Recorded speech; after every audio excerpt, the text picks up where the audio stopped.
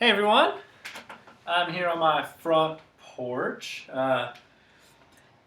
This room is kind of like a greenhouse, meaning that even though it's not especially warm outside, um, because almost all of the walls, or three of the walls, are all made of glass, it gets really, really warm in here.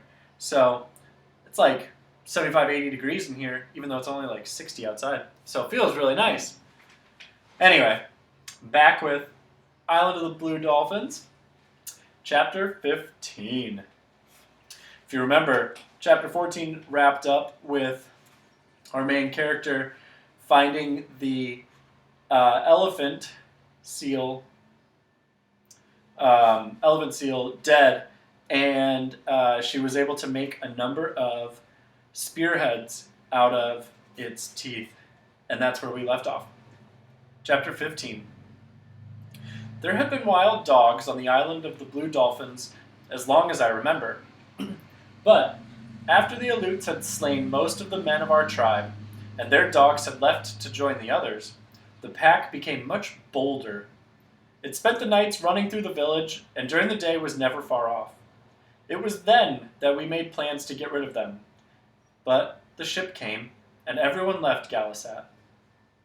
I am sure that the pack grew bolder because of their leader, the big one with the thick fur around his neck and the yellow eyes. I had never seen this dog before the Aleuts came, and no one else had, so he must have come with them, and been left behind when they sailed away. He was a much larger dog than any of ours, which, besides, have short hair and brown eyes. I was sure that he was an Aleut dog.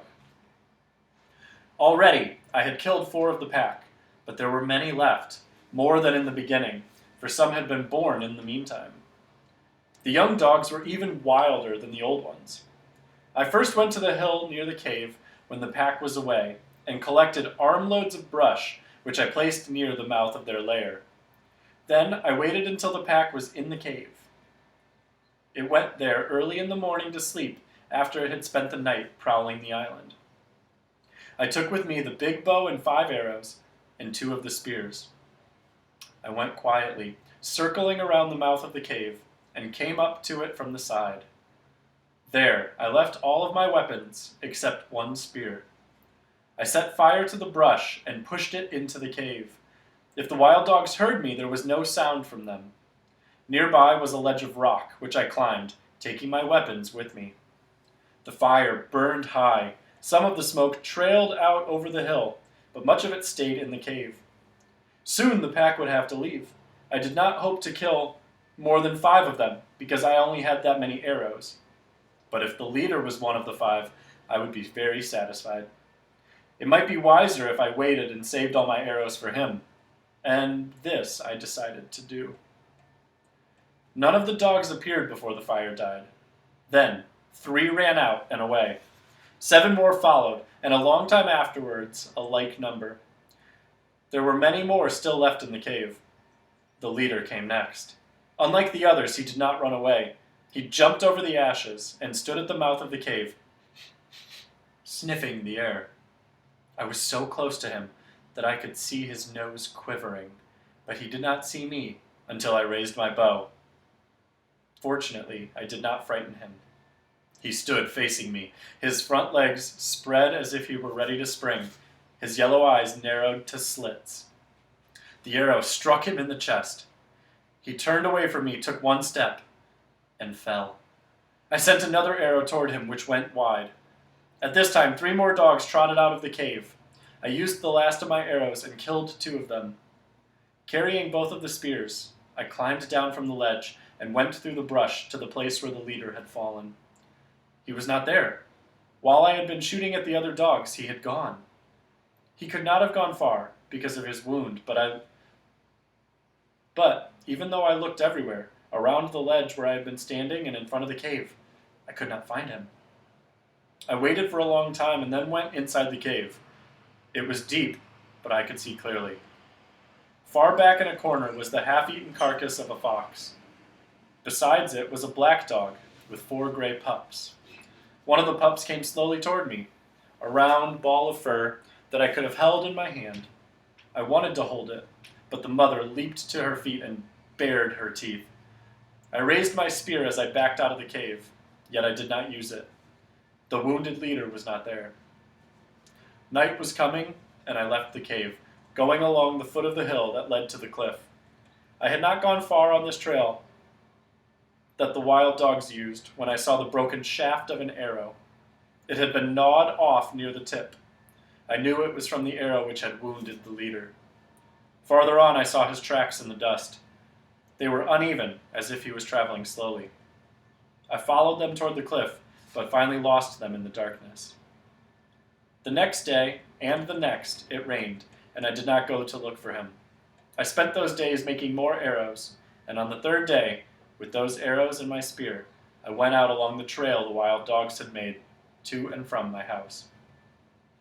There were no tracks after the rain, but I followed the trail to the pile of rocks where I had seen them before. On the far side of the rocks I found the big gray dog. He had the broken arrow in his chest, and he was lying with one of his legs under him. He was about 10 paces from me, so I could see him clearly. I was sure that he was dead, but I lifted the spear and took good aim anyway. Just as I was about to throw the spear, he raised his head a little from the earth, and then let it drop. This surprised me greatly, and I stood there for a while not knowing what to do, whether to use the spear or to use my bow. I was used to animals playing dead until they suddenly turned on you or ran away. The spear was the better of the two weapons at this distance, but I could not use it as well as the other, so I climbed onto the rocks where I could see him if he ran. I carefully placed my feet. I had a second arrow ready if I needed it. I fitted an arrow and pulled back the string, aiming at his head. Why I did not send the arrow, I cannot say. I stood on the rock with the bow pulled back, and my hand wouldn't let it go. The big dog lay there and did not move, and this may be the reason. If he had gotten up, I would have killed him. I stood there for a long time looking down at him, and then I climbed off the rock. He did not move when I went up to him, nor could I see him breathing until I was very close. The head of the arrow was in his chest, and the broken shaft was covered with blood. The thick fur around his neck was matted from the rain. I do not think that he knew I was picking him up, for his body was limp, as if he were dead. He was very heavy, and the only way I could lift him was by kneeling and putting his legs around my shoulders. In this manner, stopping to rest when I was tired, I carried him to the headland. I could not get through the opening under the fence, so I cut the bindings and lifted out 2 of the whale ribs, and thus took him into the house. He did not look at me, or raise his head when I laid him on the floor, but his mouth was open and he was breathing. The arrow had a small point, which was fortunate, and came out easily, even though it had gone deep. He did not move while I did this, nor afterwards as I cleaned the wound with a peeled stick from a coral bush. This bush has poisonous berries, yet its wood often heals wounds that nothing else will. I had not gathered food for many days, and the baskets were empty, so I left water for the dog, and after mending the fence, went down to the sea. I had no thought that he would live, and I did not care. All day I was among the rocks, gathering shellfish, and only once did I think of the wounded dog, my enemy, lying there in the house, and then to wonder why I had not killed him. He was still alive when I returned, though he had not moved from the place where I had left him. Again, I cleaned the wound with a coral twig. I then lifted his head and put water in his mouth, which he swallowed.